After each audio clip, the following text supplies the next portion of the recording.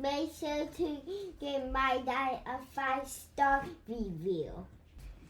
Make sure to like and subscribe to his YouTube. Thank you for listening and enjoy the show.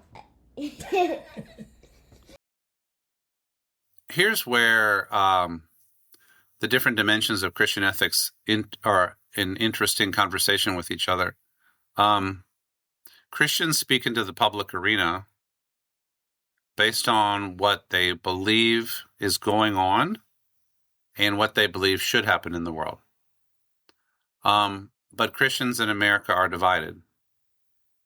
Not most significantly along the old denominational lines. This is not Presbyterian versus Methodist versus Catholic. That doesn't matter at all. Christians are divided along left-right lines. And now, I would say more acutely, Christians are divided along authoritarian versus liberal democracy parameters.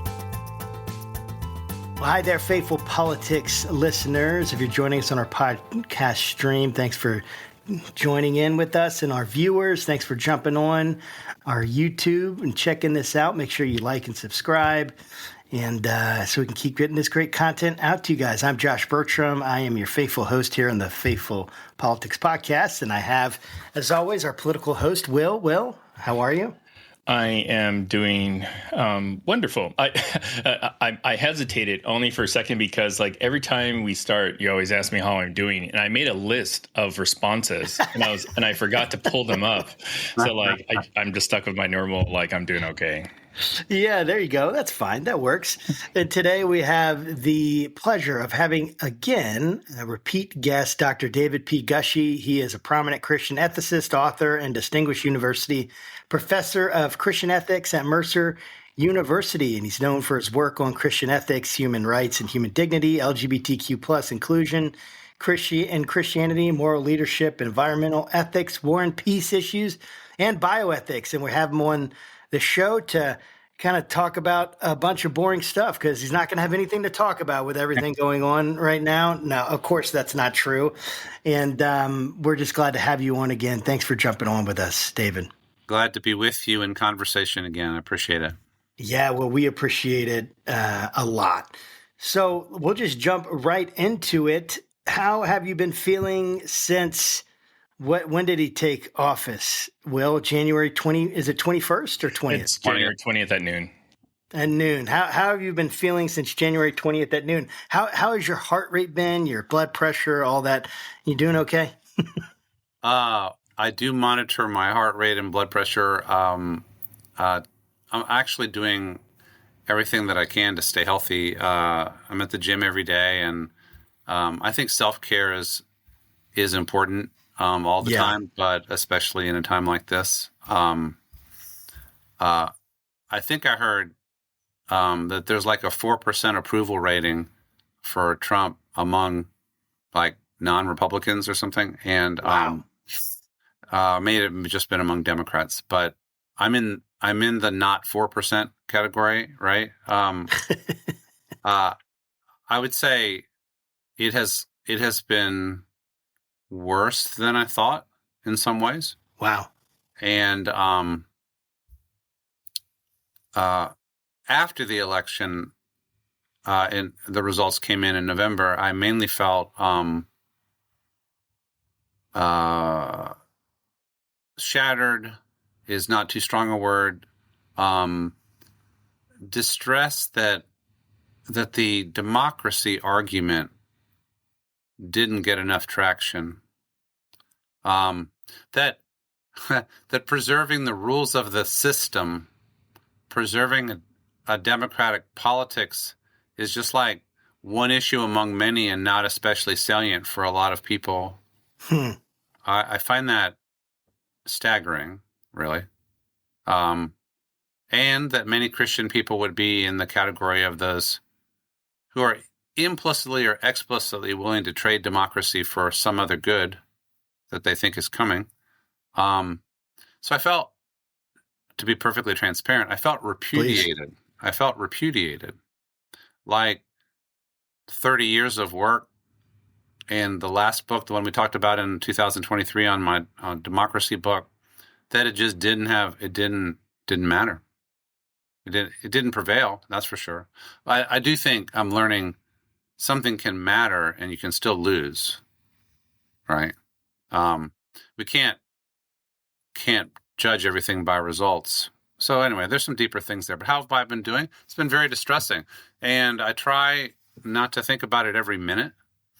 I teach my classes, and I try to divert myself, and I hang out with my grandkids, and I go to the gym, and listen to sports talk radio, and do things that normal people do, right? Yeah. And so those are things that I do to try to stay healthy. But the political environment is dark. Yeah. Yeah. It's distressing no matter, I think, where you are. Like, I'm probably a little bit more in the middle than you are, but it feels distressing. Absolutely. I'm curious, what do your students think about this? Do you get any feedback from your students? What's the general sense among the students at Mercer University or in any of the places that you're teaching and interacting with them? I think that I couldn't name one student who is enthusiastic about the new regime, and a number of them are. They're all appalled. It's just kind of how do you respond and what are you going to do about it? How focused are people on it? And they're thinking about various options. That's at Mercer. I teach seminary students. Mercer's profile of seminary students tends to be progressive, Protestant, Baptist, non-denominational, about 50-50 white and non-white. And so different people processing things in different ways, but we're in that part of the Christian subculture that is not enthused and actually quite worried. And different people are in different locations. Like I have a student who goes to church with a large number of undocumented immigrants, right? So they have specific concerns. I have students who are pastoring predominantly poor, predominantly African-American churches. You might say, they're always less surprised by white people doing wrong things, you know? But it's still the anti-DEI and the possible breakdown of public services, as well as rises in unemployment and cuts in government jobs, affect some of these communities, especially. I still travel a lot in LGBTQ plus advocacy circles, and especially trans people are already traumatized with more to come.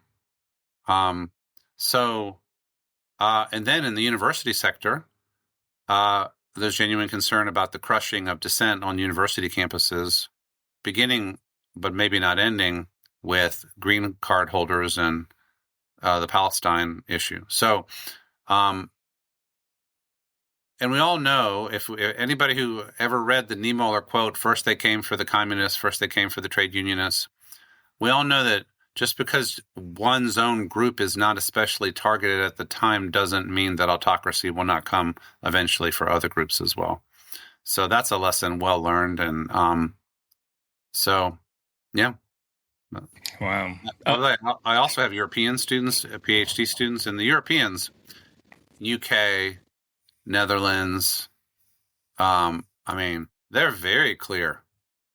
They're in many ways more clear than we are. They study our news very closely.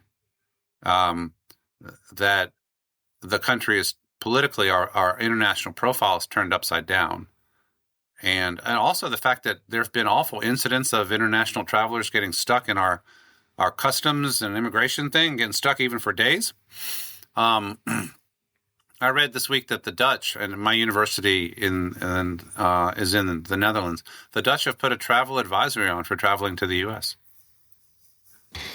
Wow. So a lot of reasons for a lot of my students to be quite concerned and upset. Man. Since the last time that we spoke, David, I found myself published in Christian Ethics Today, based off a Substack I wrote about how 10 things to do to enjoy politics, and I definitely had a chance to kind of feel good about myself about being published in there. Because I've never really been published anywhere. And the fact that it was Christian Ethics Today really kind of meant a lot, just because I spent more of my life as an atheist than a Christian. So here I am, but there was one question that kind of surrounded the publishing of the Substack. And that's, I don't really know what Christian ethics is. And I thought that maybe I should find out. So what is Christian ethics, and what can Christian ethics do for us in kind of the time that we're in today? Well, first of all, congrats for getting published in Christian Ethics Today. That's a Baptist, moderate Baptist magazine of long standing, and I've been published in there several times. So welcome aboard. You already are an ethicist because, hey, you got published in Christian Ethics. All right. Yay. So, basically, Christian ethics is the academic discipline that is charged with attending to the moral formation and moral behavior of Christians. Moral formation, moral behavior, and moral witness. Let's say that. That's pretty good. I should write that down somewhere. Yes. So Christian ethics focuses on how we are to live if we are followers of Christ, how we shape character, what we teach about right and wrong, and what we say to the world. So some Christian ethics is more kind of personal focus, like personal character, personal morality. My tradition of Christian ethics has that, but it has also tended to be more social focused, like what do we say to the government, to the society, to culture. That's sometimes called Christian social ethics. And that's the name of my chair in Amsterdam, Christian social ethics. So, so that's what Christian ethics is. That's awesome. Long discipline. I would say Christian ethics has been around ever since there have been Christians. But as an academic discipline, it goes back to the late 19th century. And how I guess how can we apply, view, what types of opinions do you have about the way Christians are acting kind of in this moment in history? Here's where the different dimensions of Christian ethics are in interesting conversation with each other. Christians speak into the public arena based on what they believe is going on and what they believe should happen in the world. But Christians in America are divided. Not most significantly along the old denominational lines. This is not Presbyterian versus Methodist versus Catholic. That doesn't matter at all. Christians are divided along left-right lines. And now I would say more acutely, Christians are divided along authoritarian versus liberal democracy parameters. And in my book, I showed that there is a long history both of Christians being attracted to authoritarian politics for various reasons, especially authoritarian Christian politics. Christian being in quote there. And also Christians have played a key role in pioneering modern democracy. And so the initial, to be quite direct, the initial concern that many of us had about Christian support for Trump was that he was like a morally bad person, and like, how could you support a morally bad person, right? That was, you go through the litany of the things he had said and the things he had done that were objectionable. This was not George W. Bush. This was not Mitt Romney. This was a different kind of cat, you might say. Now, and then once he became president, there were the various policy things and so on, and personal corruption and all that. Now, the most decisive concern is the preservation of the democratic system itself in the country. And so what my book was about was, and what I'm being asked to talk about a lot still is that concern, which goes beyond personal morality, and it goes beyond, things you might find objectionable about the character of a person or the language of a person or whatever, or even the policies. It's about, does this person really believe in constitutional democracy? And are Christians really committed to constitutional democracy? And I think we're finding that you have a vanguard of theoreticians who are drifting away from constitutional or liberal democracy. But you also have lots of regular people who may not know that that's exactly what's at stake, who are aiding and abetting it. Man. So, I mean, when I hear this, obviously it's very disturbing for me, because you just kind of think I grew up in America, and you just think democracy is a given. It's something that's going to be here. It's something that has enduring power.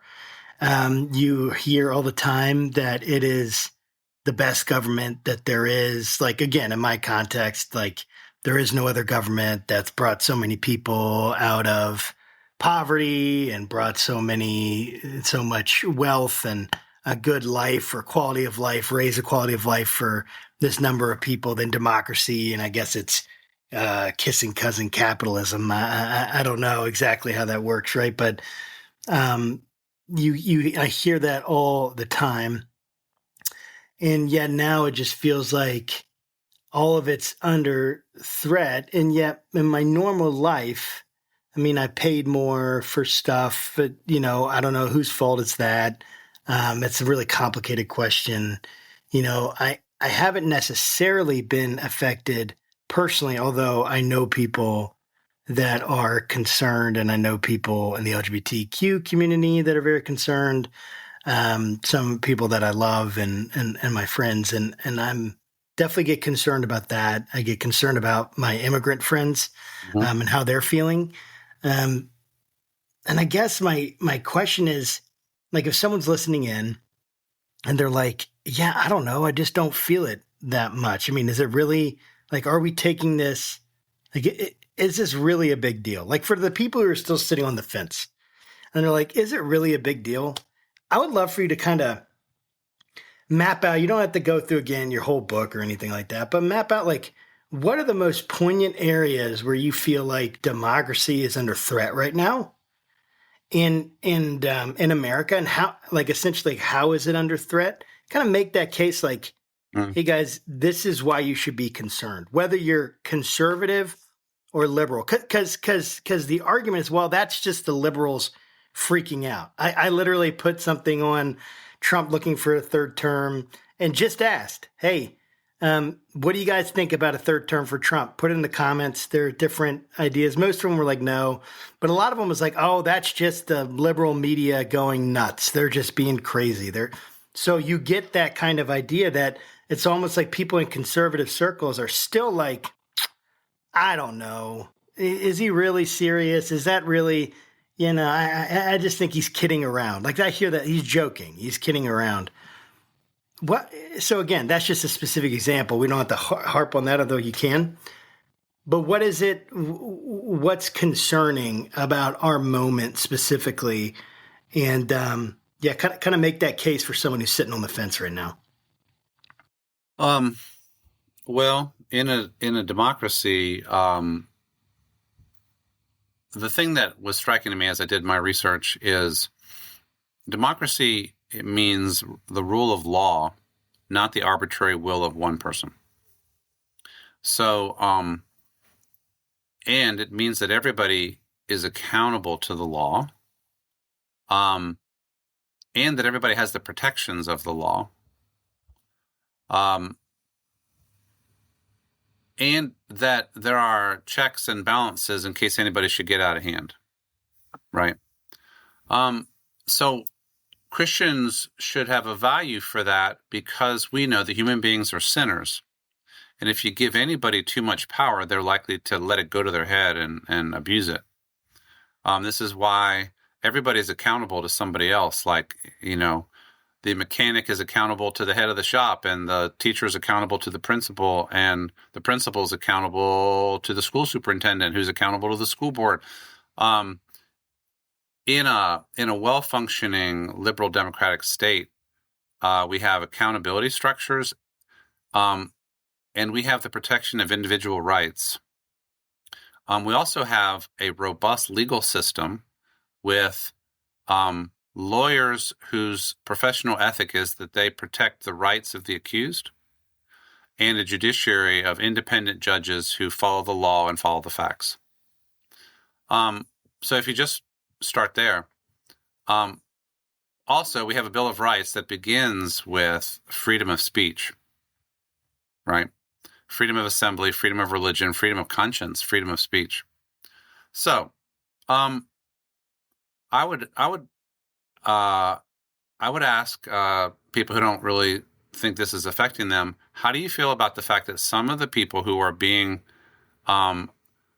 arrested, like by ICE, there are no charges, there is limited access to legal counsel, and it turns out that a lot of these folks, well, they're green card holders, and so they have a legal right to be in the United States. They have academic visas and a legal right to be in the United States. And what they're being accused of is, in some cases, social media posts that say things that are pro-Palestinian. Does that concern you? It concerns me. Freedom of speech, legal representation, and some of them are being taken away and not being told. Nobody's being told where they're being taken. Some people have been shipped overseas, like those accused of being part of a Venezuelan gang have been shipped to a very worrisome prison in El Salvador. And the way autocracy works is autocrats, they don't do the rule of law anymore. They do the rule of the one, the rule of the leader. And the leader turns out to be above the law, and people can fall below the law if they attract the negative attention of the leader. If El Salvador's authoritarian president is willing to accept anybody we send, who would be next? Could it be people charged with political crimes? Could it be Adam Kinzinger or Liz Cheney? Could it be professors whose writings are not appreciated by the administration? As a professor, I'm aware also of the pressure being put on the universities. So there's also this thing that might seem like inside baseball, but the way that Elon Musk's team has been free to go into government agencies and gut them, it essentially means that congressionally appropriated funds are being blocked by the executive branch from being used. Job protections that most of us would take for granted at our jobs are being overridden. And services are going to be harmed. In fact, I'm keeping my eye on Social Security right now. I tried to go on the Social Security website this weekend and it wasn't working at all. It was down. One thing that gives me hope is if the chainsaw method of dealing with government services continues, many people from all over the country who rely on functioning websites and being able to get a passport and being able to get your Social Security check and being able to get your Medicaid and Medicare to work, if regular people find that all of that has been gutted by this, that they will protest. So it's the gutting of government services at that basic level. That's just kind of basic people's self-interest. But it's the suppression of rights guaranteed in our Constitution, the attempt to intimidate universities and law firms and media to suppress their freedom of action and freedom of speech and freedom of profession, their vocational responsibilities. And then the mistreatment of populations, such that the whole world is watching the way that our immigration and custom enforcement people are treating green card holders and people at the border. I think reasonable people should be concerned about that. I do too, and yeah, the law firms one is kind of like one of the ones that are sliding under the radar because it's very complex, right? So like you got, Perkins and Coie and all these other sort of high-end law firms that are being targeted by the president because they represented somebody the president didn't like, that's the rule of the tyrant, not the rule of law. I know, right there. Mm-hmm. And we didn't even talk about the Trump trying to annex his own Crimea, our northern neighbor, which should just get a ton of people really, really upset. But I want to kind of focus on one particular group because I think that in this newest Trump administration, nobody's safe. But I would say you're especially not safe if you are a member of one of two different groups. Immigrants is one group, and the other are like the trans groups, or LGBTQ kind of more broadly. And, I have a friend who has a trans child who was talking about getting them on a flight to go to Poland. They've got some family there or something like that, and I remember telling them, like, under normal circumstances, I would say, yeah, that might be an overreaction. But this time I was like, I endorse it. I think that's a smart move. Meaning to leave the country for a while. Yeah, to leave the country for a while because, since he was sworn in, there have been at least like 200 to 300 different pieces of legislation that targets, the LGBTQ community, and I sympathize somewhat with my Christian brothers and sisters because, they don't want to necessarily come out and say, hey, we're dehumanizing people, and that's not, what Christ would want, because then they're going to be viewed as, oh, you're pro LGBTQ or whatever like that. It seems like there's a problem separating kind of the humanity with, your biblically based viewpoint or whatever. So like help us kind of figure out how can Christians become more active, kind of make the argument for, hey, Christ wants us to treat people with dignity and respect, and that should be a completely separate issue than how you personally feel about, this topic or something. I would think that most middle of the road Christians have over decades gradually gotten to the place where they understand that. Let's take somebody who has not changed their mind on LGBT inclusion biblically. Okay, that's millions of people. I wish they would. I've argued for it, but let's say they haven't, right? But then they have a gay coworker or a nephew or whatever, and they say, I don't know if I fully understand it, but I'm certainly going to treat this person like every person with basic dignity and respect in the workplace, at the Kroger, at the baseball field, or at the family reunion, right? That's just what you do. That's what decent people do, right?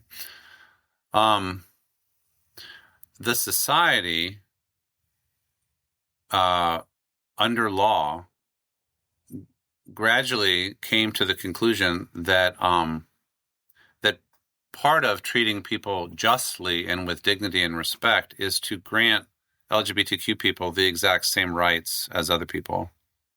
And so that, for example, that included the right to employment, the right to marriage, the right to have children, to adopt children, to rent an apartment or buy a house together, to designate each other as next of kin, all the things that people do, right? It also came around to accepting that there is a small number of transgender people who feel the need to change their gender identification based on their psychological experience of themselves. And whether this is done surgically or hormonally or non-surgically, non-hormonally, some people transition gender identity from male to female and female to male. And some people are in a kind of a non-binary place. This is, I think, more complicated than lesbian, gay, and bisexual. It's also a little bit more challenging under the law, I think. But the law up until now has been willing to accommodate people's transitions so that they can go to I guess it's the Social Security office or wherever you can change your identity, change your name, change the designation male to female or female to male on a driver's license or legal paperwork. And many, I don't know how many, but many hundreds of thousands or millions of people have done that.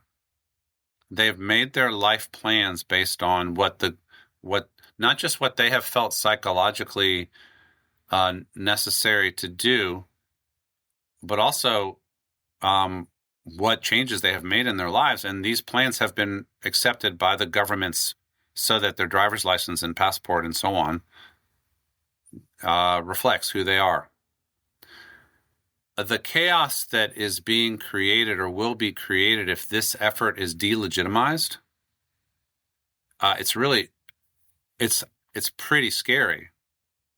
What if a transgender person presents at a immigration and customs outpost coming in or out of the country and is told that their passport is illegitimate or their driver's license doesn't count?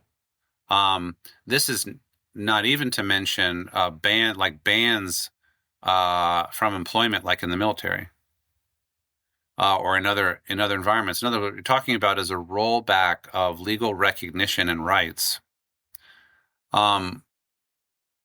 This should be, if it should even be discussed, it should be discussed calmly, soberly in congressional hearings with evidence given on both sides and all of that. It should not just be done by executive order fiat. Yeah, I don't mean to interrupt. I was gonna ask you, have you ever seen a congressional hearing before? I've seen congressional hearings. I know they've gotten worse and worse, but at least the idea that we're going to hear testimony and evidence will be received and all of that at least is the people's representatives having a conversation. Yes. As opposed to the president writes an executive order and then it's done. By the way, the overuse of executive orders is part of the problem. It's rule by decree. Yeah. Yes. Right. So I think that it's easy to fixate on like bathroom issues and transgender women in sports issues. Right. And one reason those are the issues that are fixated on is because it's politically convenient. But fixate more on how about employment rights and identity recognition in legal, like in passports and driver's license offices and so on. And think of the mischief and harassment that can be done. And the reversal of rights that people built their lives on being able to expect. And there ought to be some sympathy. And none of that has anything to do with whether a Christian has moral objections based on a passage in the Bible about what people wear and that, of course, has nothing to do. I mean, that's not about sexual orientation at all. That's about gender, right? So, I think we're training a generation under the impact of MAGA Christianity. We're training a generation of Christians to delegitimize empathy and to embrace a hardline kind of politics of exclusion, which I think is alien to the Christian faith. Man, I really think that's really well said, especially that last line. That's a notable quotable right there, man. I just seriously, so I'm in that camp of like the millions that have a traditional view of marriage and sexuality and all of that. I'm actually got your book on changing our minds that I'm going to work through. So thanks for writing that. Yeah. We're interviewing Matthew Vines, the author, God and the Gay Christian, and a couple days here, and so I'm listening to his material because I'm trying to take the approach of steel manning the other argument as opposed to straw man. The first time, yeah. Isn't that a cool phrase? Steel man. That's a great phrase. Yeah, I think it's a great phrase because I think I think in our you want to explain what steel context, manning, what steel manning is? Oh yeah, steel. Yeah, you're right. Sorry. So steel manning is essentially straw man would be, hey, I'm taking their argument and I'm actually reducing it, making it less. Like I'm leaving evidence out, I'm leaving propositions out, I'm leaving key claims and considerations out so that I can make it weaker than it actually is, so that I can defeat it easier. Steel man is the exact opposite of that. Instead of straw manning them, you're actually trying to even make the argument better than theirs is. Yep. And man, what an amazing idea for people to do, which they're not, right? And I'm trying to do that for myself, and I'm not trying to toot my horn or anything. This has been a very difficult thing for me to get to the place of even being able to do that. So I have an appreciation for the kind of cognitive dissonance that is there in someone's heart when they're trying to work through these issues, and even begin to become open to what the other side might say, to even become open. That's a major step. That's a major step to actually even say, hey, I'm willing to be convinced otherwise. I feel like that's more than half the battle, to be honest, because those things are so deeply ingrained in us to keep the status quo. But when I'm thinking about this issue, go ahead, David. I'm just going to say that one of the hallmarks of classical liberalism is precisely a valuing of reasoned argumentation. The freedom to make a good argument or a bad argument, to have it to deliberate together. Now, all steel man the conservative side here to say, and I think there is truth to this, that they have been saying that the liberal establishment has actually been undercutting that kind of liberalism as the free exchange of ideas by canceling people who have unwanted or unaccepted views, right? Yeah. So, for example, I mean, I know folks who, like, as soon as you said, I hold the traditional view at this point, somebody would say, well, I can't have a conversation with you. I'm canceling you, right? Yeah. So that kind of reflexive, liberalism has discredited the left. Yeah. But what I think is now the right is playing the same game. Yes. We're going to cancel this, and you're not allowed to teach that, and you can't say that about Israel, Palestine, and you can't say that. And that's kind of how liberal democracy dies. If you can't, I mean, it's just like, we win, you lose. We're not going to entertain your arguments anymore, and we're just going to crush you. And that is bad.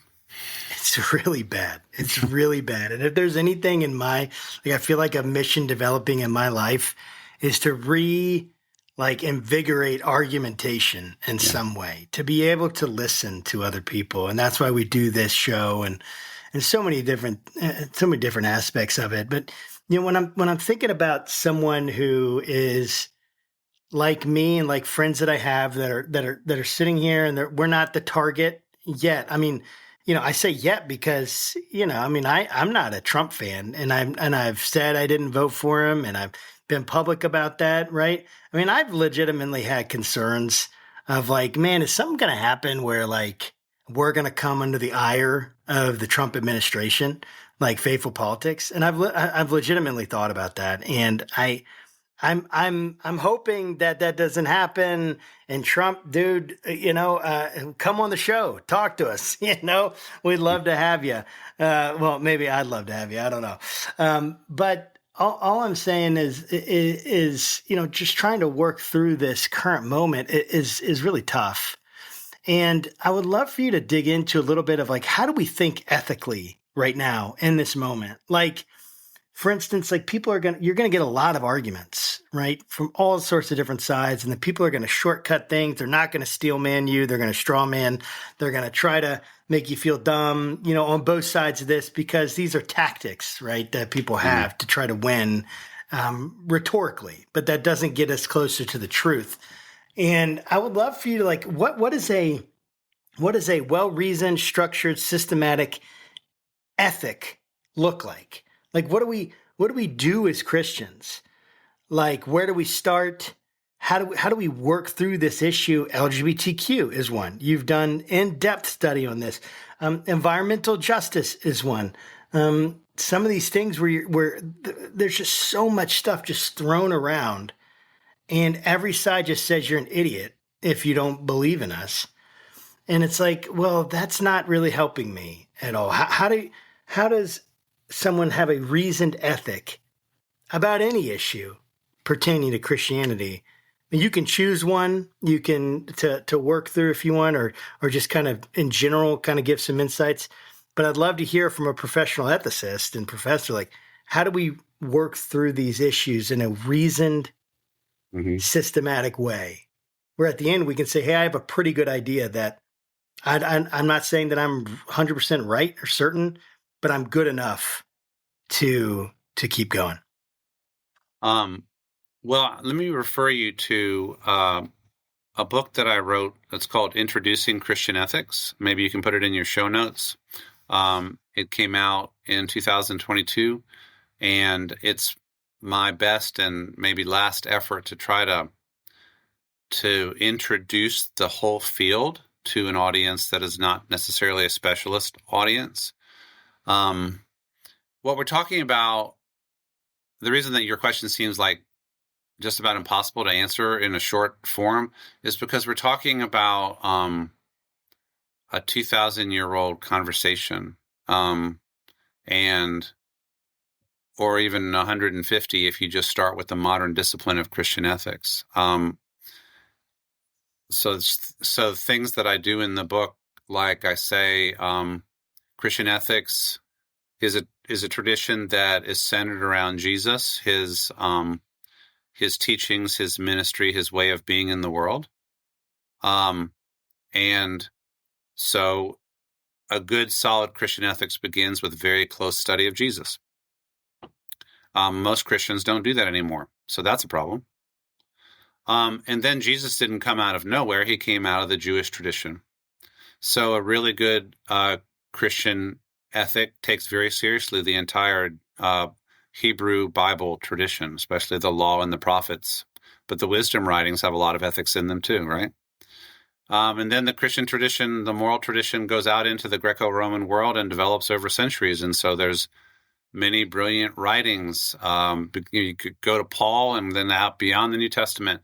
So we have a body of literature that needs to be gradually learned. And also there's a discussion of, if you're dealing with any specific issue, where do you go for good insight? Most of us would say, well, you start with the Bible. But for example, if you're talking about environmental stewardship, you got to study the environment. You have to have basic relevant information from the relevant sciences. A lot of what goes wrong in modern conversation is people don't trust the sciences at all, or they don't know who to trust. And so it's just people throwing around not very well-informed opinions, right? So one voice in the tradition, the Wesleyan tradition, said, on all issues, to consider at least 4 sources: Scripture, tradition, reason, and experience. I love that. Yeah. Yeah. The Wesleyan quadrilateral. So if it's, whether it's abortion or marriage or sexuality or environment or economics, there's a lot to consult in all of those areas. And really the moral theologians or ethicists are the ones whose main job is to keep those sources alive and in front of us and to sift through them and to say, here's what I think this says to us today. Christian ethics brings the resources of the Bible and of a grand tradition to bear on this moment. And so we're like stewards of a great tradition. And our job is to keep it alive, to pass it forward to the next generation, and to help inform the church and Christian people about their moral thinking about things. I I also emphasize in that book that there are some core norms that ethicists have come to understand never go away, like dignity, love, and justice. Also, in the book, I talk about truthfulness. So you might see these as a kind of a north, south, east, and west. On all issues, ask, is my position in keeping with human dignity, with love of neighbor, with justice, and with truth? And so if you're just doing propaganda that dehumanizes people, they're sending us their rapists, right? That sentence right there is bad data, right? It's unfair. It's dehumanizing. It violates truth, justice, and dignity. That's all you need. It's not rocket science there, right? But that people would be sucked into that is an example of the fact that this moral tradition, however grand it is, competes with other things that go on, like ideology and politics and charismatic politicians. So a lot of the way I look at our current moment is a significant chunk of the Christian church has lost its bearings because it has been seduced by a charismatic politician. Yeah, I'm curious, David, if you can maybe help me with an issue. So I'm progressive. I'm very pro LGBTQ. But I will be the first to say that I could not make a biblical argument one way or another about, whether it's okay or not okay. I come from the standpoint of like, hey, they're humans. I treat them. I think God loves them. They can be Christians if they want. So I posted something like that on social media recently on Facebook, which like faithful politics is everywhere, but on Facebook is kind of like my friends and community. So like if you've tried to add me on Facebook audience and I didn't accept it, like it's not a personal attack or anything like that. So I posted this thing on Facebook, got a lot of fellow Christians that were very sad and upset that I would be very pro LGBTQ. They thought it was bad theology. They were kind of, lecturing me about, what kind of Christian I am, blah, blah, blah. And my default response has always been, I don't think Christianity should be this hard. Like if I gave somebody the Bible and told them to pick out what they think they need to do to become a Christian, like one of them would not be denounce LGBTQ, right? So right. I said, my point was like, hey, Jesus wants us to love, treat everybody the same, blah, blah, blah. People that are against that are like, no, we can still love them, but we need to make sure we point out, that they are living in sin or something like that. So I'm like, help me kind of understand, like, should Christianity be this difficult? Like, do I need to be a theologian to determine who's going to hell or who's not going to hell or who can be a Christian? I think we're, first of all, categorically taught by Jesus not to try to make such judgments when he said, do not judge lest you be judged, right? And I actually have a book that came out last year called The Moral Teachings of Jesus that you might look at. That can also maybe be in your show notes. But I think Jesus explicitly taught us not to put ourselves in the position of God in judging other people's eternal destiny. Or even where they stand in relationship to God. He also, in that same teaching, he also said, why do you point out the speck in your brother's eye and miss the big log coming out of your eye, right? Jesus taught us to be rigorous in our evaluation of ourselves and generous in our evaluation of others. That'll preach. Okay? Dude, that will preach. I like that. Uh-huh. But you can put that in your quotables for today, right? My notable quotables, that's good. Notable quotable, rigorous in our evaluation of ourselves, generous in our evaluation of others. So I think a basic posture of humility is a good, and generosity is a good starting place. A basic posture of listening. Those of us who are straight, cisgender, never wrestled with sexuality or gender identity have very little idea what it's like to be in the LGBTQ family. And so listening is absolutely essential. And when you listen, you learn an awful lot. It's actually very humbling and sad because you realize how much people have suffered because of the negative judgments of the kinds of Christians who were coming at you. right? By the way, those comments that you were reporting, that's like the exact same conversation from like 100 or 80 or 60 or 40 years ago, as if they've not learned anything, have not read anything, have not listened to anybody. I think it's astonishing. That's one reason I don't do these debates on Facebook, right? In fact, in the fall, I got off all social media because I thought it was not a good use of my time anymore. And also because I thought social media would be easy trawling ground for authoritarians, and actually it's turning out to be the case. Did you see that brief little note when Marco Rubio, Secretary of State, indicated that AI is being used to check people's social media accounts? Oh, yeah. Yeah, I saw that. Yeah. Did you see that? That had to do with like the people they're going after on the green card immigrant front, right?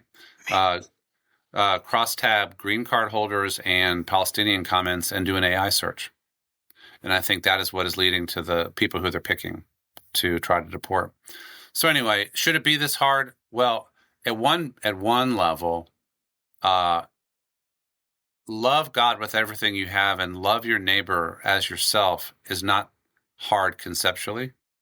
Do to others as you would have them do to you is not hard conceptually. It's harder to practice than it is to understand. Yeah. Honor the dignity of all people. It's not hard to understand, harder to practice. Your instinct that I don't need to have a Greek and Hebrew spitting contest related to Leviticus 18 or whatever, or Romans 1, to know that I think I'm called to treat everybody the same and everybody with dignity. That's not bad Christian ethics. That's actually pretty good Christian ethics. One thing that preachers do and good teachers of the church is they take these big complex concepts and they make them simple and accessible. So, I mean, maybe one notable quotable today is test everything according to love, justice, dignity, and truth. Yes. Right?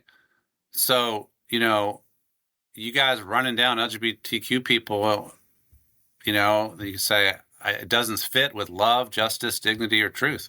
And so I'm against it. I'm for the other. You can write books that say all of that in 500 pages, or you can also just say, I'm going to treat people with love, justice, dignity, and truth. I mean, I think that's worth the pause, because it's like, no, seriously, like I that is so important right now, to highlight seeing other people as people and giving them the dignity that's inherent within them as being made in the image of God. Yeah. I mean, I think that anyone at a minimum, like any Christian who is dealing with the LGBTQ issues, right? And it's one of, I guess, I don't know, maybe three major issues in our time. I think the other one being race within the church has been dealing with. And then I'm not sure what the third would be at this point. Well, I guess Christian nationalism, to be quite honest with you, like the political power. So like, and they're all kind of, entangled. But it's like, if you can just take a step back and say, well, this person is a person. Mm-hmm. So yeah, I don't agree with what they're doing. But in one sense, why should that matter if I don't agree with what they're doing? All kind of things we don't agree, right, with what somebody's doing, but their behavior does not determine my basic moral obligation. Right. And so I guess, and this is kind of like, I would love to get your thoughts on this. Like, help me understand harm, the idea of harm, from a ethical point of view. And I guess what I'm thinking is, like, I've been trying to understand moral reasoning. I got a buddy of mine, great friend, goes to the church. He's basically an amateur philosopher. He's pretty awesome when it comes to that stuff. And he's really interested in ethics, right? And moral philosophy and trying to understand. And I was talking to him the other day, had this conversation about grounding. And I'm like, well, kind of like that Euthyphro dilemma, where it's like, are things good because God commanded them, or did God command them because they're good? Right. And so like, they're like, It's that weird dilemma where either one you choose, you have issues you have to deal with. And so, but I was talking to him about that, and he was kind of like, well, I guess the evidence is basically underdetermined as to whether in Scripture what he thinks as to whether or not morality is essentially like God is, whether it's grounded in God's nature or where the grounding is. Like those philosophical questions, the Bible doesn't necessarily attempt to answer them. They're answering their own questions, their own ideas, the things that were important to them. And now we're kind of left to taking this data and working through it and deciding, well, I don't know, there is this dilemma or there is this, ethical issue. And how do we work through this? And how do we take these 5 texts, about LGBTQ? And of course, those things weren't even categories that we think of them at that time. So how do we take that data and apply it? So what am I getting at? The harm issue for me has always been one because it's so, it's such a crucial part because we say we don't want part of what we don't want. Part of our ethical reasoning is that when it harms others, that's when we're trying to say that should be taboo or should be, restricted. That behavior that harms others should be restricted. And of course, then it gets into the definition of harm. And I would love to, because we have a lot of that going on. Like, what does it mean to harm our neighbor? And I guess even beyond, even going beyond, well, obviously, if we physically hurt them or bring some kind of material harm to them through our actions, their house, their stuff, so kind of even moving beyond that, what does it mean on a deeper level to harm? And I think with that, well, I guess that's really it, because the question is just so deep in my heart of why should I care? Why should I care about what other people do as a Christian? I feel like I'm obligated to listen to the scriptures and understand them as best I can, and then vote and live an ethical life according to the moral teachings of the Bible, specifically Jesus Christ, right? Everything in the Old Testament interpreted through Jesus in this new covenant. Right. How do we deal with harm? What is harm? How do we deal with it? Because people are going to say, hey, the immigrants, they're harming our country. That's why this is important, because they're harming it. The immigrants, they're harming it. That's why it's justified. It has to do with harm. So I'd love for you to just work through your thinking on that. Well, I guess this probably better be the last question because I got to go off and teach, right? But yes. A teacher's work, never done, guys, never, ever done. Well, let me just say that it is a through line in the Bible that we're not to harm our neighbor. In fact, there's a direct quote. Paul says, love does no harm to a neighbor, therefore love is the fulfillment of the law. And so Paul, as he thinks about the entirety of Old Testament law, what he wants to carry through as a through line is, do not harm your neighbor. Harm is, in fact, I have a friend who's writing a book right now, a big old book in which he tries to say not harming others is the main moral through line of the Bible. And harm takes as many forms as the vulnerability of the human being, right? So you can harm somebody by attacking their body. You can harm somebody by attacking their reputation. You can harm somebody by hurting their loved ones. You can harm somebody by attacking their dignity, by taking their stuff, by undermining their legal rights, by kicking them out of the country, by stripping them of their possessions, by denying them the rule of law, by throwing them into concentration camps or murdering them. Harm is on a spectrum from mild harm to the most grotesque harm.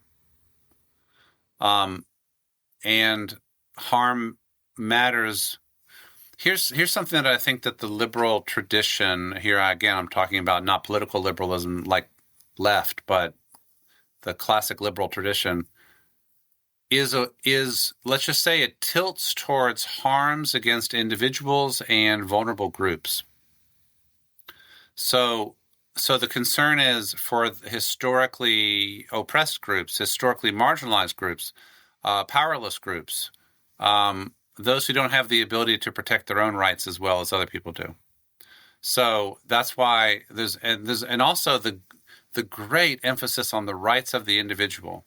The entire government of the country may think you're an enemy, but by God, you're going to get your day in court. That is the liberal tradition.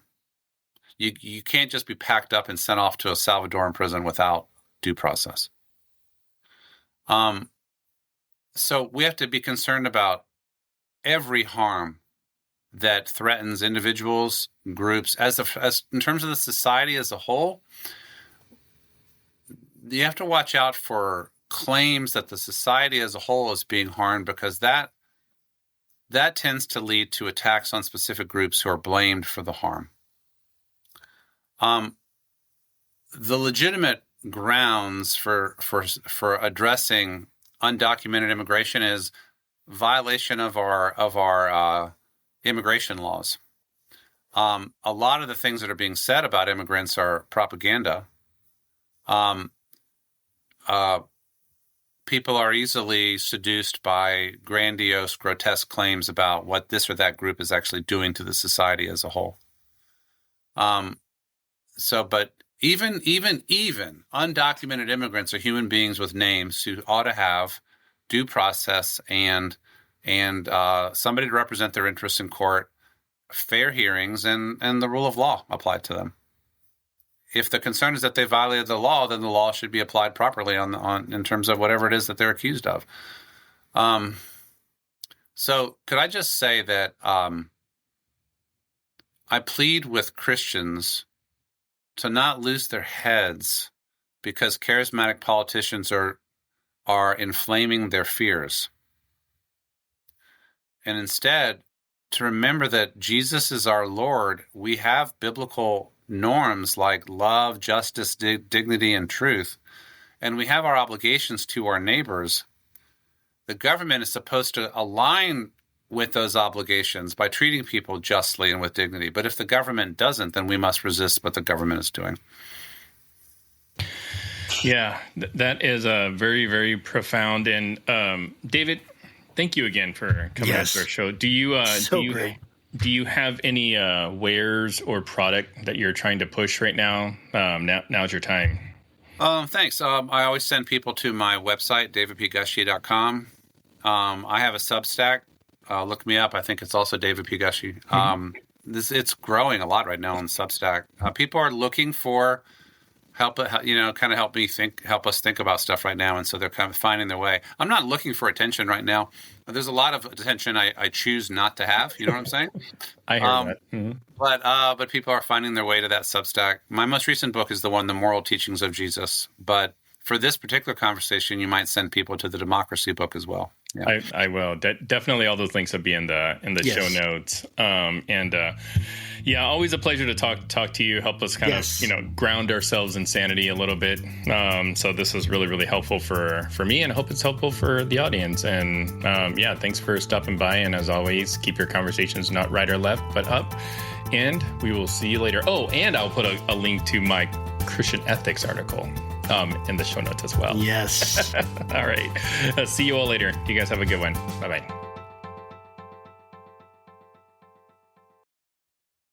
Hey there, Josh Burtram here, faithful host of the Faithful Politics Podcast. I want to let you know about a compelling new spinoff, the Faith Roundtable, where I'll be interviewing top faith leaders, theologians, and scholars to unpack the pressing issues that are shaping the church in America today. We'll dive into topics like faith in public life, social justice, and how we can engage our communities more effectively. Make sure you don't miss any of our enlightening conversations by subscribing to it on our YouTube channel. Join me at the Faith Roundtable, where deep discussion meets thoughtful insight.